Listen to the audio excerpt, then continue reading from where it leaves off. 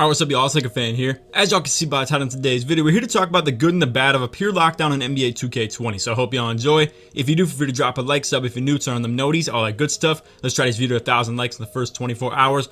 Off rip, you could probably assume what the topic of this video is about as far as the good and the bad of the pure lockdown, and it all comes down to shooting. You guys know that. Now, that goes for any build. If you can't shoot with the pure sharpshooter, obviously you're not going to be doing too well, but with the pure lock, it becomes a lot more notable. Obviously, you guys know this is one of the harder builds to shoot on.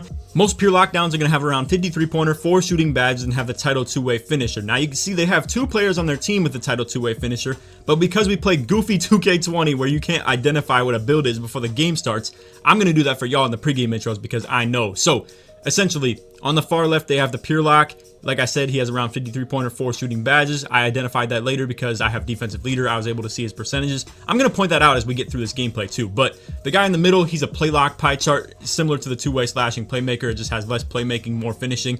And then the offensive threat on the far left is a slash sharp pie chart, also known as the BP build. Essentially, a scoring machine, carry the offensive load.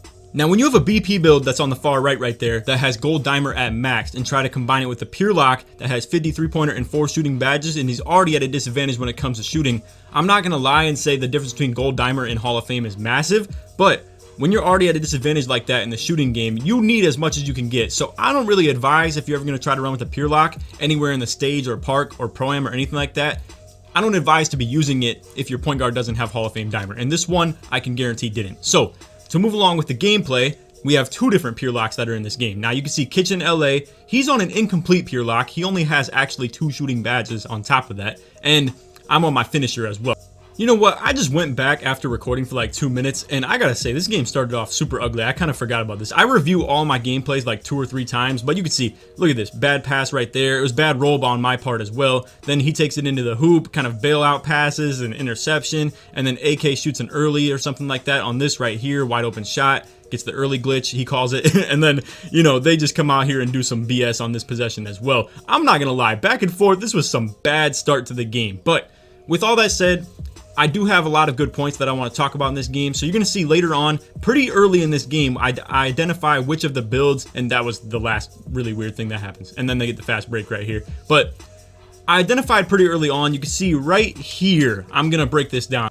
Now, I want to sing the praises of defensive leader real quick because this badge is so helpful when it comes to identifying builds. Like I was saying in the pregame intros, I saw 2 two-way finishers. I was thinking it could have been 2 pure locks. My own intuition of telling me, like, you know, nobody's really going to come in here and run 2 pure locks would probably say that the guy at the 2 is going to be a play lock as well, though. But with all that said, like I was telling you, I mean, if I didn't see the percentages, I wouldn't know what either of them are. For all I know, they could both be play locks. For all I know, they could both be pure locks. For all I know, maybe they're a two-way sharp. This build is just, I mean, this game, when it comes to the build system, is just super whack. But anyway, quick little read of the percentages. You can see the point guard has a 62 from where he's standing.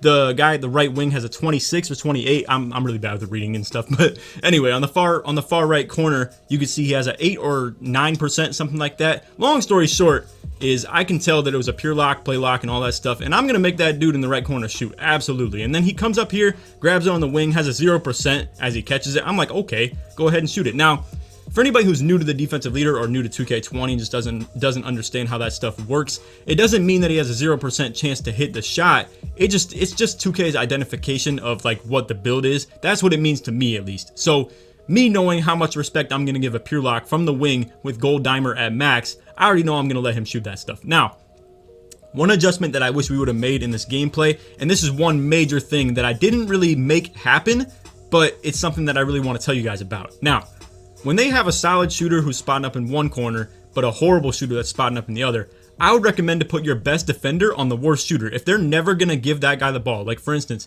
let's say this play lock who's spotting up in the corner, right?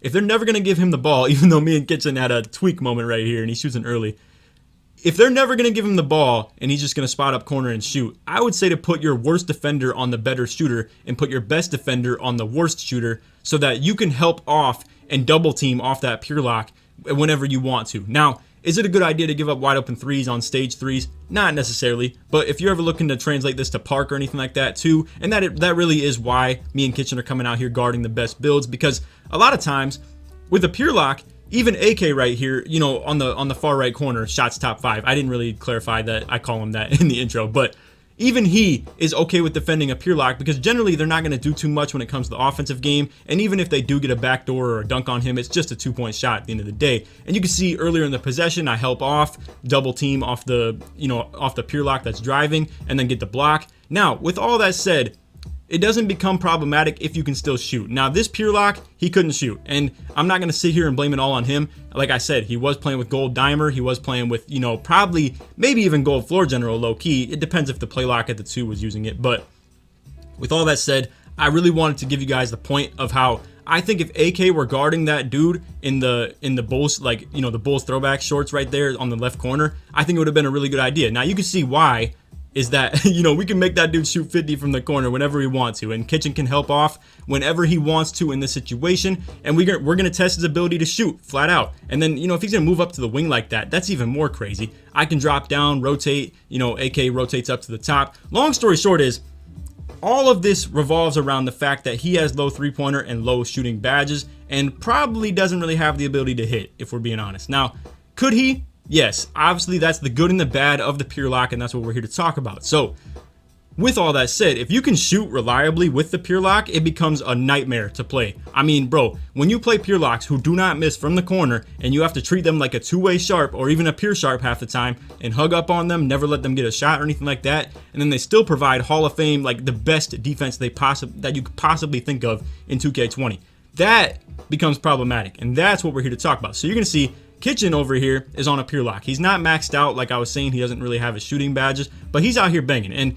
it's really just the fact that he can shoot and the fact that AK at the 1 is using Hall of Fame dimer, floor general, all that stuff. And we don't actually have like a really, like, I'm not gonna lie, the lineup we're using, it's not known as like viable or valid, quote unquote, where me as a 6'9" finisher at the 2 and Kitchen as a 6'8", like, two-way finisher at the 3, people don't like that stuff because they hate the fact that, we're so mobile on defense. This stuff isn't allowed in stage tournaments or anything like that either. Now, this is the stuff I was talking about right here. It does make sense for me to guard the ball handler like this guy, the secondary ball handler, because when the point guard's getting locked up, they're going to give it to him.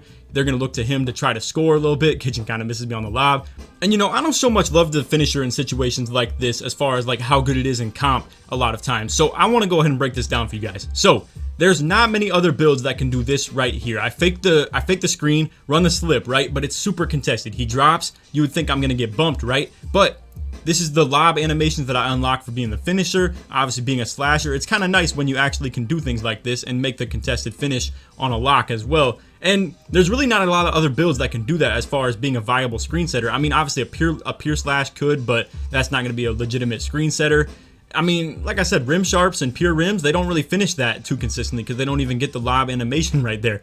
Pure locks, maybe, I suppose, like for instance, the guy that they have at their big man spot, he's around 6'8" pure lock, and with the 6'8", you can get enough driving dunk to get those alley-oop packages and stuff. But I just wanted to kind of give my finisher a little bit of praises right there as far as like what it's actually good for and catching contested finishes and lobs and stuff like that. You can see right here, I try to, and as soon as I talk about that, now I get the underhand scoop. That's what I'd call it. And yeah, you don't like to see those ones too much, but it is what it is. Now, I'm on the pure lock again, and I don't know why I didn't do more of this, to be honest with you, but boom, look at this. I can drop down, help off the pure lock, easy as that. Now, we didn't get a lot of rebounds off it, which is one thing to kind of talk about, and you can see right there, he actually grabs one on me as well. And that is another thing to like talk about the praises of the pure lock. It's a great rebounder. It has great physicals, vertical, speed, all types of stuff, even strength as well. But like I said, they did miss a shot and a dunk at the hoop because I could straight up just double team off the pure lock, and they don't have the confidence in him shooting. Now, again, I don't want to irritate every single person who uses a pure lock in this comp stage stuff or like, just in park or anything like that, and they can shoot with it.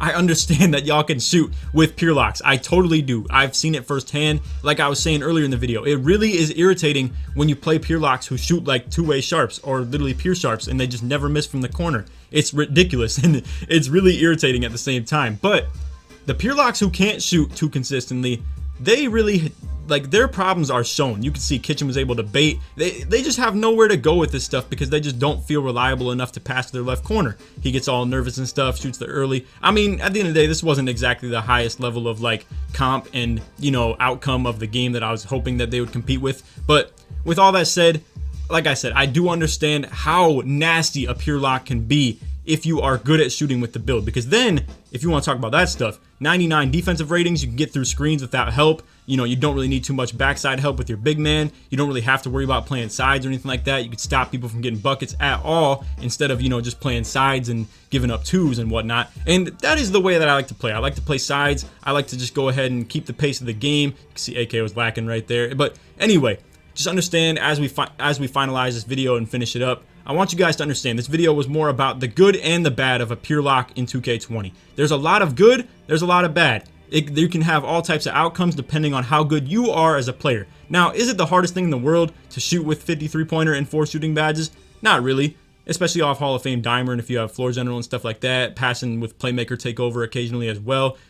Keep all that in mind. But again, boom, he gets blitzed off the right corner. Why is that? Look at the box score. I mean, both their locks are just shooting like garbage. Honestly, it all comes back to their offensive threat too, who's struggling to get open because we're out here blitzing and double teaming and just doing all types of stuff off that pure lock on him. And even though the pure lock is only 0 for 1 from 3, his shooting inability has shown so much in this gameplay, and I want you guys to understand that. Now, Kitchen's shooting ability hasn't even been shown because they didn't even try it. And that's one thing that I really want to talk about as well as far as the pure lock. Sometimes people will just come out here and know that they have to respect the pure lock because that's just been, you know, something in the stage that people know, right? They all just know that you have to respect pure lock's shooting. Now, that's another thing too, and I really do want to run that back and kind of talk about the praises of the pure lock, of the finisher, I should say. Again, contested finish right here, don't have to worry about it. I mean, it's a nice thing to have, and it's a nice thing to actually feel like my finishing ability is valued sometimes, because in this comp stage stuff, when people give me wide open finishes, and half the time anyway, it's sometimes I just be like, yo, why am I even a slasher in the first place? But it is nice to have the ability to, you know, kind of finish on a semi-contested corner help take right there. But if I had to, I could skip it over to Kitchen. That is one thing with the pure lock that I should talk about though. Me passing to him is kind of questionable. That's no dimer, that's no anything. The one nice thing about it though is that I'm already there for the rebound, so if he wants to run out and contest it, I should have a pretty easy O board. But it's probably going to be hard for Kitchen to shoot that shot if we're being honest. Anyway, that's all for the vid. I hope y'all enjoyed. If you did, feel free to drop a like, sub if you're new, turn on them noties, all that good stuff. Let's try this video to 1,000 likes in the first 24 hours. If you made it to the end of the video, put shots in the comments to show your support that you made it all the way through, or put AK, whichever one is more close to your heart. You know the deal. Anyway, I hope y'all enjoyed. And other than that, take it easy, man. Peace.